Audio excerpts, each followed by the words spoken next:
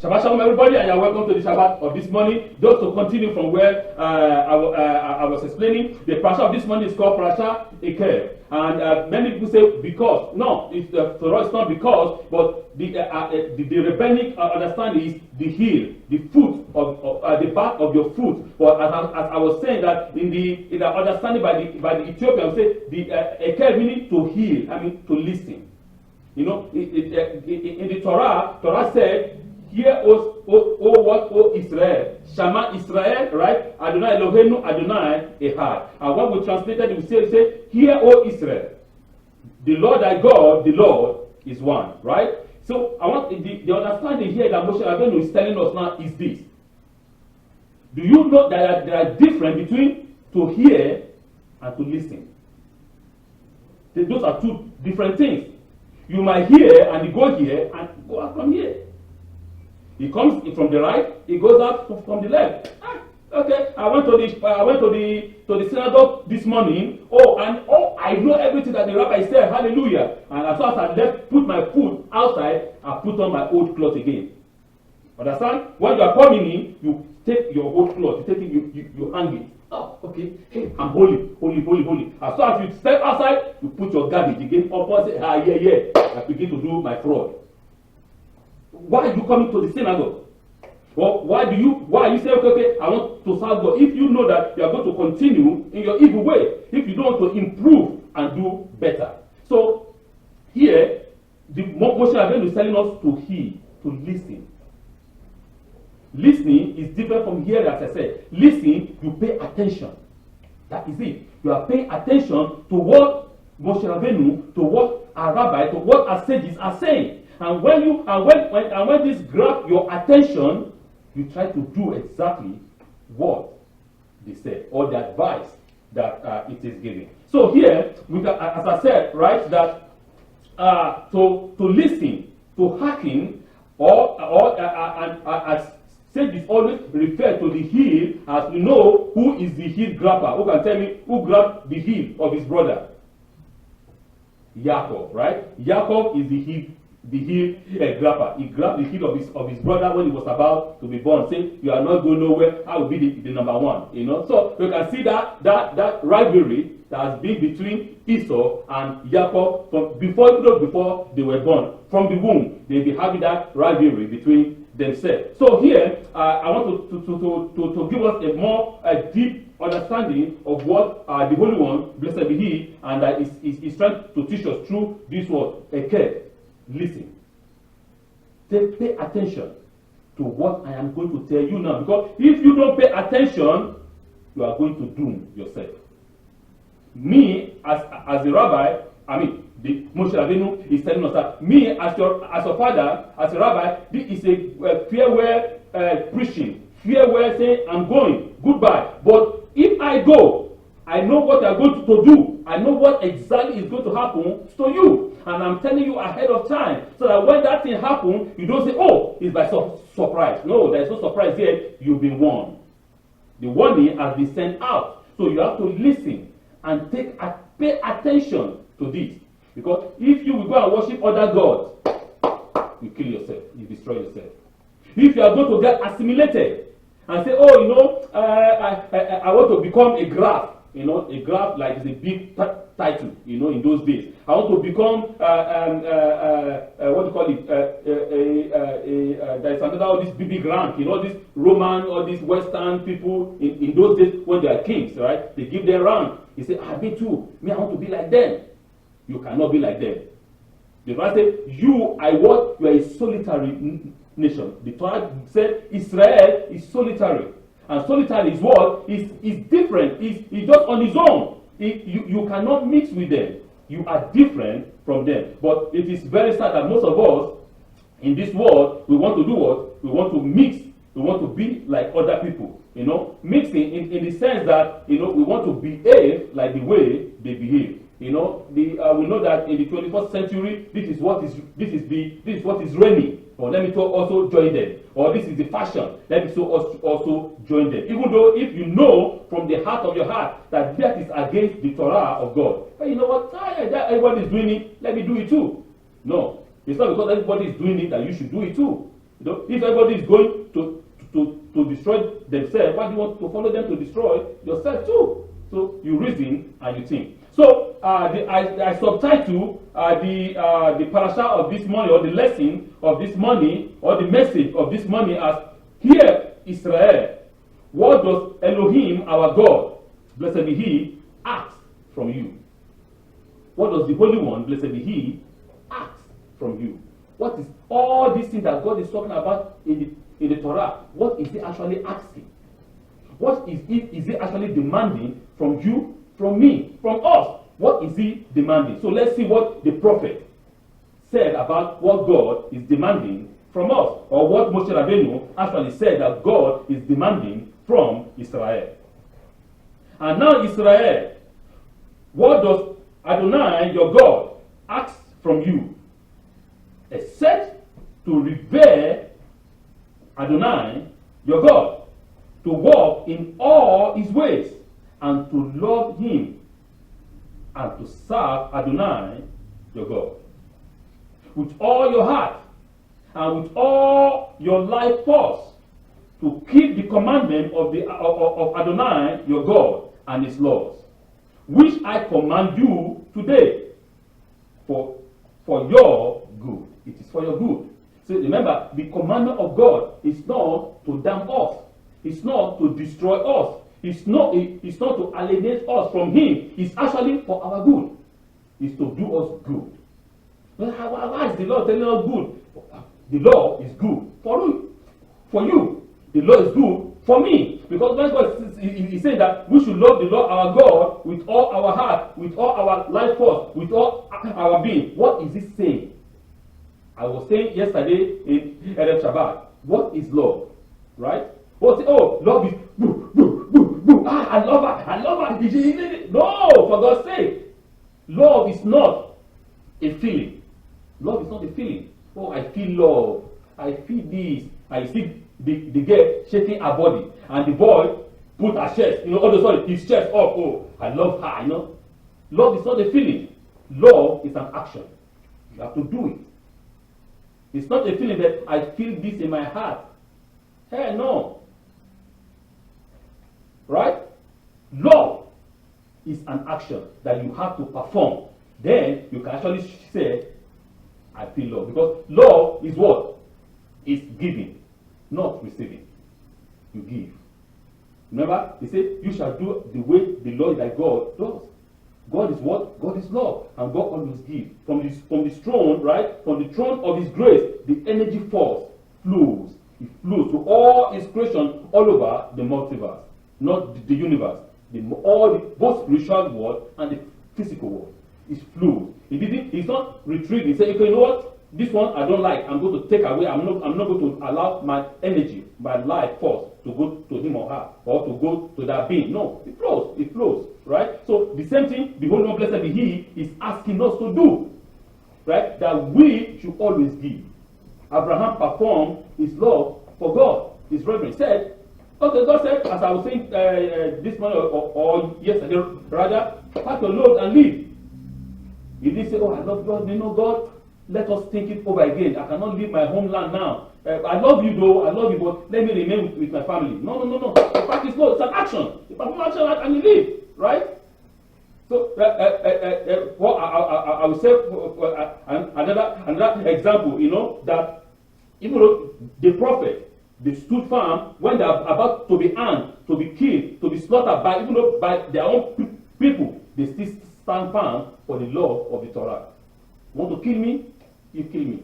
But the Torah, I will not depart. I will not say, first, when you are doing wrong and you want me to support you, I won't support you. You want to kill me? You kill me. I know that on that day, I will gain back my life. Yeshua said something. He said, those that keep their life shall lose it at the end day. And those that lose their life shall gain it on the end. He knows what he's talking about. It's a principle of the Torah that we have to understand. And what does the Holy One, blessed be He, really want from us? What is it? What does it demand? What does it want from us?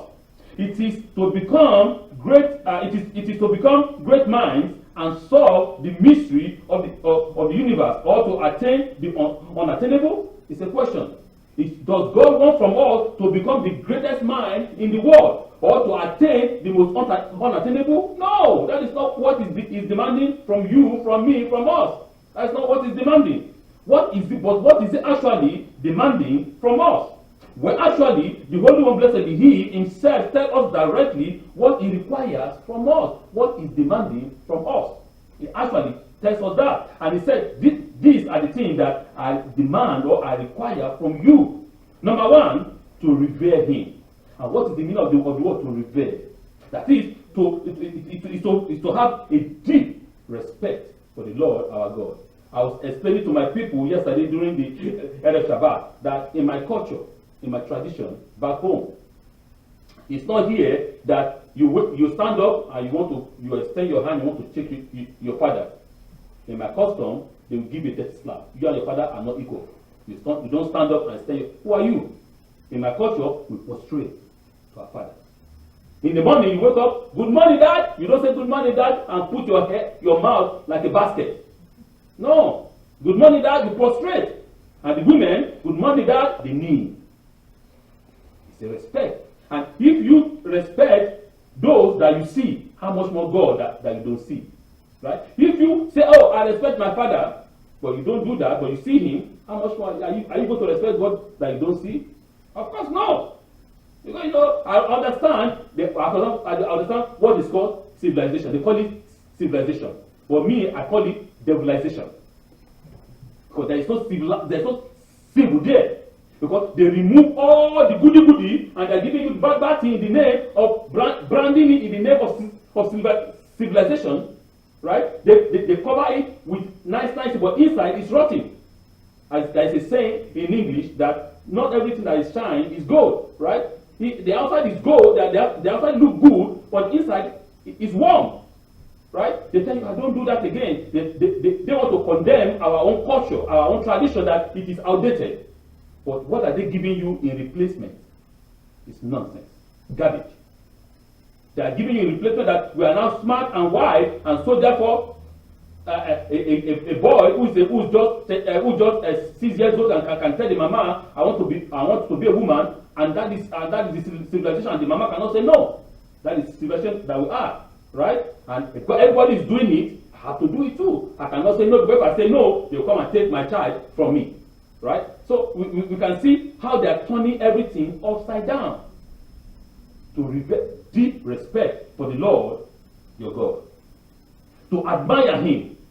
Right? To revere somebody meaning to admire that person. To put that person in high regard, in high esteem.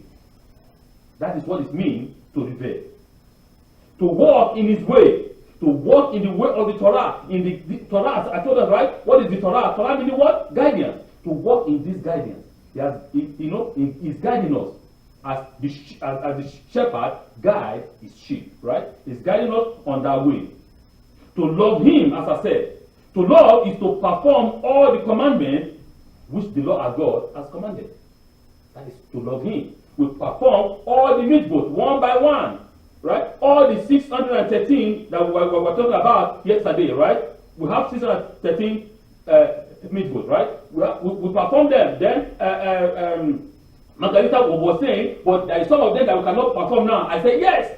There are some that we cannot perform now because there are some of the mitzvot that is based on the temple. Because we don't have the temple now, right? We cannot perform those. But that doesn't mean that we should throw them away into garbage. No, they are, as I said, they are kind of suspended for the meantime. Because we don't have a temple. But we cannot just take them and garbage and say, no temple, that is garbage. Don't remember it anymore. No, these are our customs, these are our traditions.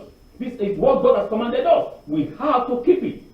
One day, God will give us our temple back, and we continue our tradition. But if we forget about it and we erase it from history, how do we bring it back? Because we don't perform it again, we say it's garbage. Don't forget, we are in Americanism, right? America has given us new civilization. Hallelujah, right? Everybody's raising their hand. But they're not giving you civilization, they're giving you devilization. Evil. Disguised as good. Alright. To serve Him with total commitment. That's what God wants. Total commitment. To keep His Torah. Nothing more. It's not hard. I always say that the Torah is not hard. If the Torah is hard, the Holy One, blessed be He, will not give us in the first place. Never. Because God is not a wicked God. Our Father is not wicked, because a wicked man is a man that will give his son or his daughter a work to do, and he knows that his daughter or his son cannot do that. Then he's a wicked man, because he knows that he cannot do it. So why are you giving him or her in the first place? So our God will never give us a wicked. Our God is not wicked, and He will never give us a job that we cannot perform, because He knows that we can perform it. That is why He has given us this. I've been hearing many religions, right? They will come and say, oh, the Torah is hard. That is why God will remove the Old Testament and give you the New Testament. Okay, continue in that part, and you will see who is who on the day of judgment. Because there is nothing new under the sun, the Torah said. Everything is of old. They come and they brand it and show it to you. Oh, this is no.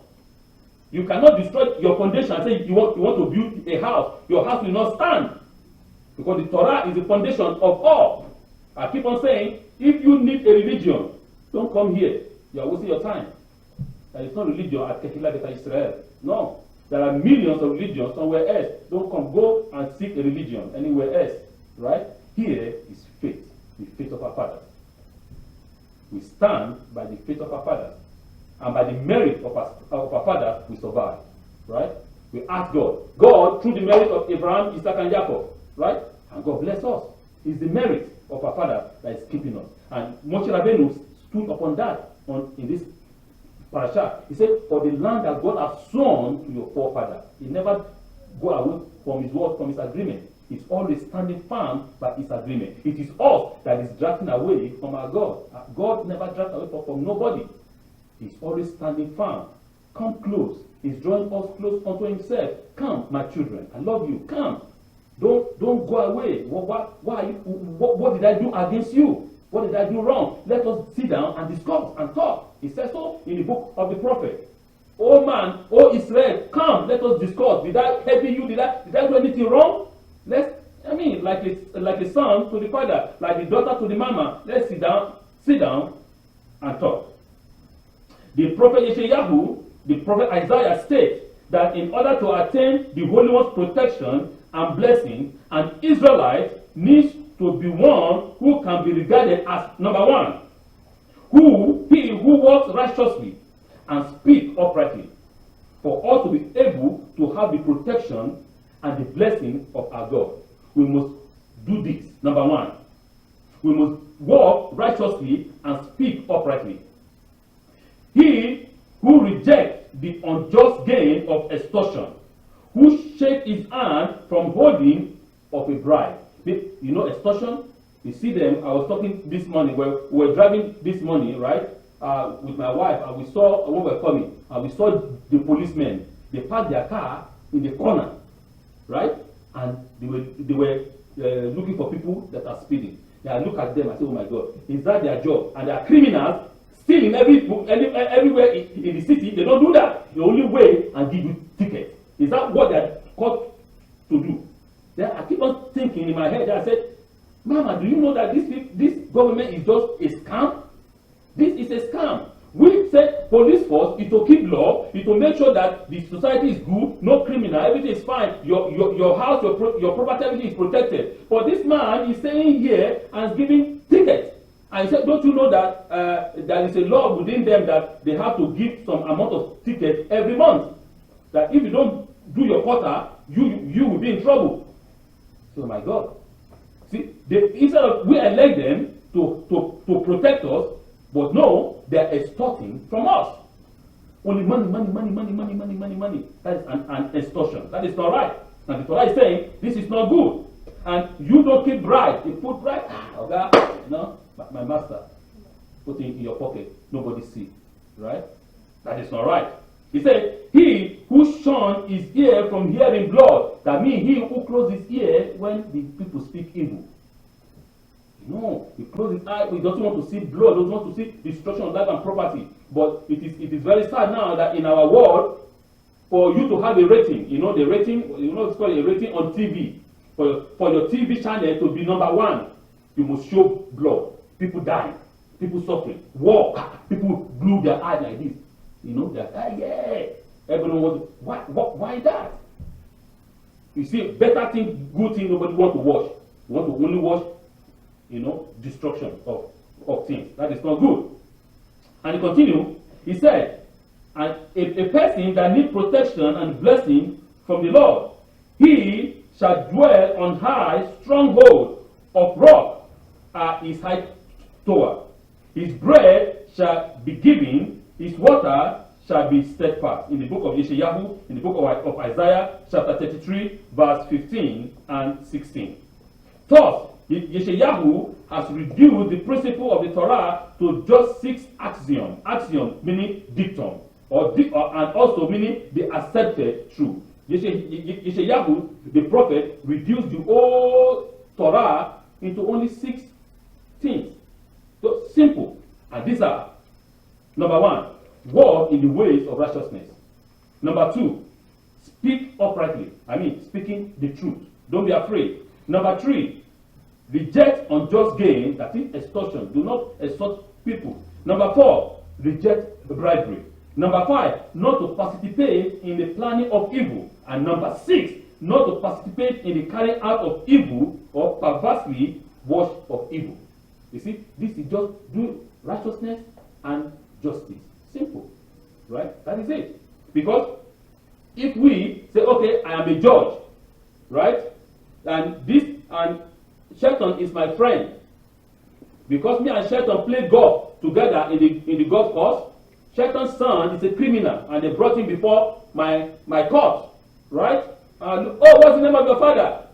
The name of my father is Shelton. Okay, I start thinking in my head, oh, this is the name of my, this is the son of my friend. Oh my God. Okay, what do I do now? They say he's a criminal. They caught him red-handed in the act, you know. I say, okay, who's the accuser? The accuser is this crying, hey, please, the judge, do the justice. He has stolen my $100. Can you allow him to give him back my $100? And I look up, say, okay, I don't want him to, because he's the son of my friend. I don't want the son of my friend to go into jail. I don't want the son of my friend to have criminal record. I said, okay, you, the accuser, who's your father? The name of my father is Jambo Jury. Okay, the name of my father, who is Jambo Jury? He's a poor man in the village. Okay, you are guilty because he's a poor man. Has nobody to defend him. But the one that I know, because if Church is my friend, he's a high person in the society, I say, you are free. Or maybe he has a big lawyer. You know, lawyer that has a big name, has a big money. You know, the lawyer lie. And okay, he say he's free. But I know within my heart that he's guilty. Where is the judgment? And the poor man goes to jail, innocent. And God said, I'm going to require that from your hand, you know, because you are punishing an innocent man who did nothing wrong. So if we don't do justice, then what are we wasting our time for? If we don't do righteousness, just a waste of time. Coming and sitting down and hearing, coming here and going out here, right? Because most of those judges, tomorrow you see them in the church. I'm sorry to say that. They'll be the one in the front seat. They're carrying the Bible. Holy Mary, you see them there. And they're bad people. I'm not saying only them, I'm sorry to say that, even though among Judaism too, among our own people too, they do bad things. You see them in the front, in their seat, their name is written at the back. You cannot sit down there because they pay for that seat. Even though they don't come, the seat must remain empty. And even though everybody is standing, there is no other place to sit. You cannot sit down there because that seat is bought by somebody. Because he paid money to the synagogue. He sponsors the synagogue. And the rabbi keeps his mouth shut. He cannot say this is wrong. He cannot do that. Because if he said that, the man will no longer give money to the synagogue and the rabbi has no money. Right? So we need to understand all these things that YHWH, the prophet, is saying. If YHWH summarization of the Torah into 6 axioms is too much for some, well, the prophet Micah kindly have that number, when he beautifully declared, Adonai's true requirement for us is this: He has told you, mankind, what is good, and what the Holy One, blessed be He, requires from you only to perform justice, to love kindness, and to walk modestly with your God. Micah chapter 6, verse 8. Right? Yeshaya will make it 6. Micah said, I will summarize it further into just 3. If you think that 6 is too much for you to put in your brain, I'm going to make it 3 for you. So that it can be simple for you to understand what the Holy One requires from me and you. Thus, the prophet Micah reduced the principle of the Torah to just 3 axioms, to just 3 accepted truths. Do justly, love kindness, and walk modestly before God. Simple, it's not hard. That is it. Walking modestly before the Lord thy God. Don't be proud. A proud man, God doesn't like. A humble man, God will raise up. This is just what the Torah is saying. If condensing the entire Torah into just 3 maxioms is still too burdensome for some. So I'm saying again now, even though if making it into 3 is too hard for people again to understand, so let's reduce it again on just 2 things. The prophet Yeshayahu has come out of his way to cut down the original 6 axioms to a mere 2. Thus say Adonai Elohim, keep justice and do righteousness, for near is my salvation to come, and my righteousness to be revealed. Isaiah chapter 56, verse 1. Simple. 2. He said 6 before. He said, I think this 6 is too much. They are not listening. Micah came and said, I make it 3. I said, see here, this 3 is too much. They are not listening. Okay, I make it 2 for you. So that you can at least put these 2 in your brain.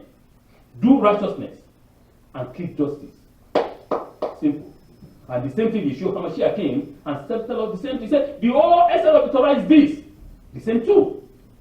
Love the Lord thy God with all your heart and soul, and love your neighbor as yourself. Do justice. Finish. What is hard in those things? For me, nothing hard. We human beings make it hard. We twisted everything and make it complicated. The Torah is not hard. So therefore, my people, in order to achieve the Holy One's salvation and His righteousness, all we have to do at the end of the day is this: keep justice and righteousness. The Torah says justice. In some interpretation, it says righteousness you shall pursue. That is it. It's not hard. It's simple. Not too much to ask for when one thinks of the return to be made from such a small investment on our part. You know, when you want to do investment, right? People that make investment that go on this forest market, they look and say, this thing costs 1 cent. If I buy it now, if I buy all this year, in 1 year or in 6 months or in 2 months, one share might be like $2,000. Oh yeah, I buy it now, buy, right? And you want to they become a millionaire. The same thing here. The same principle. It's not hard. If this is just a simple thing, the kind of simple investment that we can invest now, then at the end time, when in the world to come, we are going to gain a lot. Even though from this world going, right? We're going to gain a lot if we can just listen, do justice, do righteousness, and revere the Lord our God. Love Him. I say action. That's a word. It says action is better than what? Than blah blah blah. Right? Do action. I love God, but where is the action? Your brother come and say, please, brother, I'm hungry. And you know that you have the bread at home. He say, this bread is only for me and my family. Oh, okay, but he doesn't want to give his brother. He say, you are hungry? Yeah. Oh, please, I will pray for you, for God to give you bread. Why are you telling me nonsense? You have a bread at home. God has already answered that prayer. Take your bread, break it into 2, give your brother. That is it. Don't say, go pray, God will give you bread. No. It's not the time to be praying. Because God has already answered that prayer, because you have that bread at hand.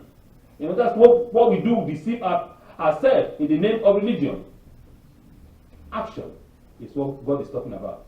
Parashat, Eikev. To hearken, to listen, to pay attention, to hear the advice Moshe Rabbeinu has given us. When we hear that advice, our life will never, ever, ever be the same again. Shabbat Shalom.